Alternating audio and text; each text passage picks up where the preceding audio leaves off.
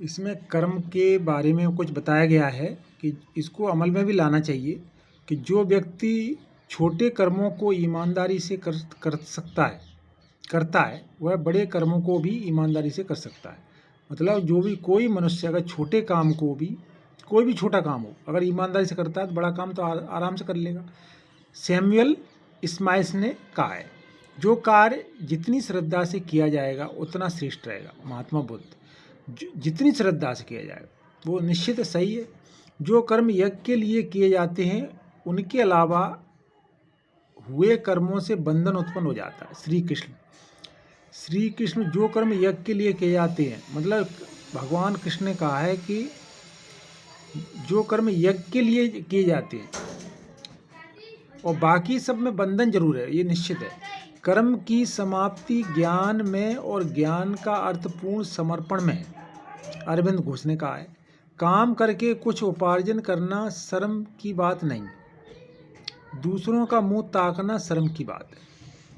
प्रेमचंद, कोई भी व्यक्ति किसी कार्य को सर्वोत्तम ढंग से करना चाहता है तो उसे अपनी संपूर्ण योग्यता, पूरी सामर्थ्य उसमें लगा देनी चाहिए।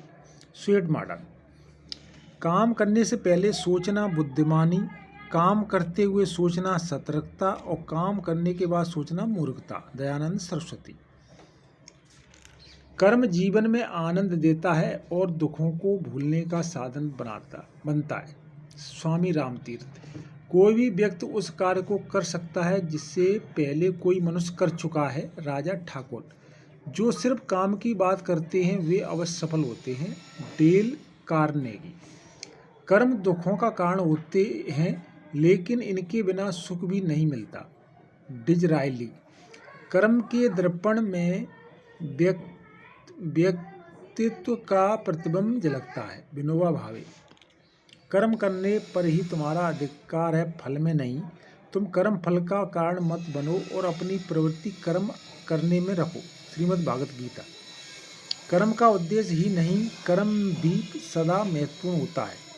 जवाहरलाल नेहरू, कठोर श्रम की इच्छा एवं शक्ति का दूसरा नाम प्रतिभा है। मैक ऑर्थर, इन पे अमल जरूर करना चाहिए, तभी कुछ जीवन में मनुष्य कामयाब हो सकता है।